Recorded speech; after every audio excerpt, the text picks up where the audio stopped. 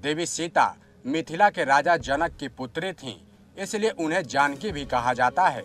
माता सीता को लक्ष्मी का अवतार भी माना जाता है, जिनका विवाह अयोध्या के राजा दशरथ के पुत्र और खुद भगवान विष्णु के अवतार भगवान श्री राम से हुआ था।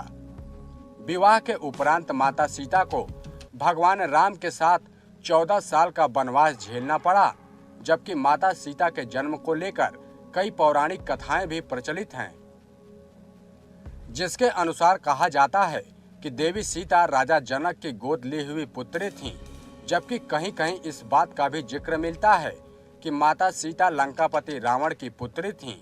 ऐसे में ये सवाल उठता है कि आखिर माता सीता का जन्म कैसे हुआ था। तो चलिए इस खबर के जरिए हम आपको बताते हैं माता सीता के जन्म से जुड़ी 2 पौराणिक कथाओं के बारे में।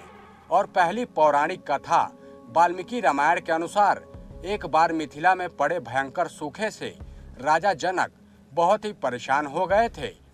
तब इस समस्या से छुटकारा पाने के लिए उन्हें एक ऋषि ने यज्ञ करने और धरती पर हल चलाने का सुझाव दिया। उस ऋषि के सुझाव पर राजा जनक ने यज्ञ करवाया और उसके बाद राजा जनक धरती को जोतने लगे। तभी उन्हें धरती में से सोने की डलिया में मिट्टी में लिपटी हुई एक सुंदर कन्या मिली। राजा जनक की कोई भी संतान नहीं थी, इसलिए उस कन्या को हाथों में लेकर उन्हें पिता प्रेम की अनुभूति हुई। राजा जनक ने उस कन्या को सीता का नाम दिया और उसे अपनी पुत्री के रूप में अपना लिया। जबकि वहीं दूसरी पौराणिक कथा माता सीता के जन्म से जुड़ी एक और कथा प्रचलित है, जिसके अनुसार कहा जाता है कि माता सीता लंकापति रावण और मंदोदरी की पुत्री थी। इस कथा के अनुसार सीता जी वेदवती नाम की एक स्त्री का पुनर्जन्म थी। वेदवती विष्णु जी की परम भक्त थी और वो उन्हें पति के रूप में पाना चाहती थी।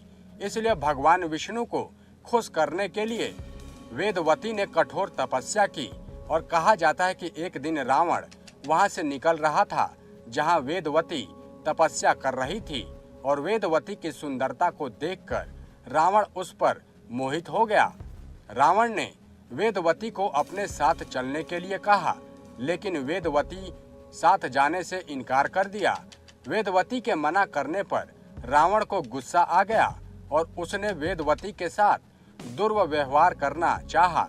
रावण के स्पर्श करते ही वेदवती ने खुद को भस्म कर लिया और रावण को श्राप दिया कि वो रावण की पुत्री के रूप में जन्म लेंगी और उसकी मृत्यु का कारण भी बनेंगी। कुछ समय के बाद मंदोदरी ने एक कन्या को जन्म दिया, लेकिन वेदवती के श्राप से डरे हुए रावण ने जन्म लेते ही उस कन्या को सागर में फेंक दिया, जिसके बाद सागर की देवी वरुणी ने उस कन्या को धरती की देवी पृथ्वी को सौंप दिया और पृथ्वी ने उस कन्या को राजा जनक और माता सुनैना को सौंप दिया।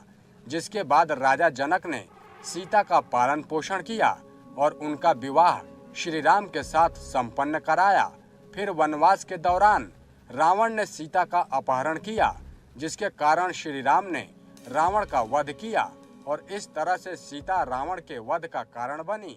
माता सीता का जन्म, जिससे ये दोनों पौराणिक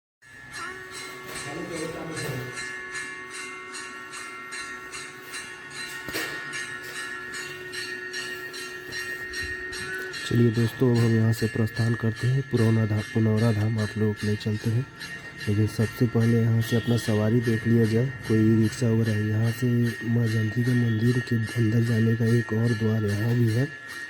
आप लोग यहाँ से भी माँ जानकी के मंदिर में अंदर जा सकते हैं। सुबह सुबह देखिए हम लोग को सवारी यहाँ क्या मिलता है। चलिए आगे चलते हैं। कोई सवारी अगर कोई ई रिक्शा वगैरह मिल जाए जिससे, चलिए ये भाई हमारे ई रिक्शा मिल चुका है और इस पे हम लोग बैठ के चलेंगे पुनौरा धाम और आप लोगों को भी दिखाएंगे पुनौरा धाम, माँ जानकी का जन्म स्थान, जहाँ जनक जी ने हल जोत के माँ जानकी को प्रकट किया था और अपनी बेटी के रूप में अपनाया था, जो कहानी थोड़ा देर पहले आप लोगों को हम सुनवा चुके हैं। चलिए हम लोग अपनी सवारी में तो बैठ के चल दिए हैं यहाँ से और इसके बाद आ गए पुनौरा धाम, माँ जानकी के जन्म स्थान। अभी सुबह सुबह हम लोग आए हुए हैं, जिसके कारण यहाँ भीड़ उतना नहीं देखने को मिलता है। जगत जननी माँ जानकी जन्मभूमि पुनौना धाम। यहाँ शाम के समय काफ़ी भीड़ देखने को मिलती है, क्योंकि अंदर पार्क भी है, सीता कुंड भी है और पार्क में झूला भी है, जिसमें लोग देखने के लिए झूला झूलने, बैठने और घूम टहलने के लिए भी आते हैं। चलिए अब हम लोग अंदर चलते हैं। जगत जननी जनक पुनौना धाम माँ सीता के जन्म स्थान को देखने, और माँ सीता के भव्य मंदिर भी है अंदर। अभी यहाँ बहुत सारे दुकान आपको बंद भी मिलेंगे।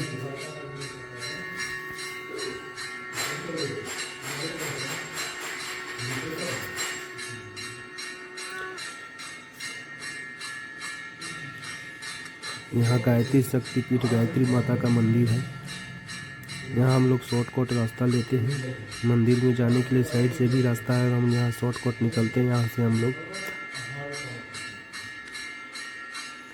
माँ जानकी जन्म स्थान पुनौना धाम सीतामढ़ी में कार्यालय है उसका, और कार्यालय के अंदर ये जो सब दुकानें हैं, यहाँ फूल माला बिकती है। आप देख लीजिए, ये माँ जगत जननी की मंदिर जन्म स्थान मंदिर देख लीजिए, कितना सुंदर और आकर्षक मंदिर बना हुआ है यहाँ पे। यहाँ से मेन रास्ता जो है ये वाला है, जो हम लोग उसको छोड़ के साइड वाले रास्ते से आए थे। चलिए पहले देख लीजिए माँ जगत जानकी जन्म स्थान पुनौना धाम मंदिर कितना मनोहर है। यही मेन रास्ता है जिससे हमको आना था, लेकिन हम लोग साइड के रास्ते से आ गए। चलिए आप लोगों को अंदर मंदिर में ले चलते हैं, अंदर माँ जानकी का दर्शन कराते हैं। जय जय श्री राम।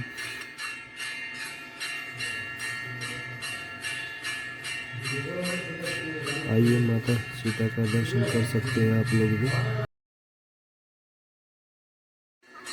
यही है अंदर माता का मंदिर है। यहाँ आइए माता का दर्शन कीजिए। यहाँ आपको पंडित जी मिलेंगे, जो भी आपको पूजा करवाना हो या प्रसाद चढ़वाना हो, या पंडित जी को लाकर दे दीजिए और करा देंगे। और यहाँ अंदर लक्ष्मीपति नारायण और माँ लक्ष्मी का प्रतिमा है, जो काफ़ी सुंदर और आकर्षक है।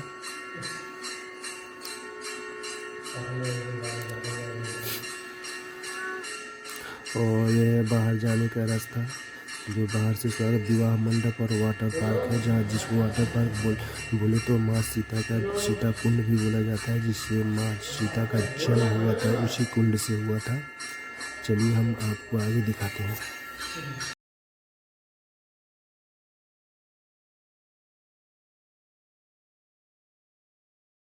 देख सकते हैं मंदिर के आगे आपका साइड से कितना शानदार पौधा लगाया गया है, जो देखने में काफ़ी अच्छा दिखता है। यही है सीता कुंड, यहीं से माँ सीता का जन्म हुआ था।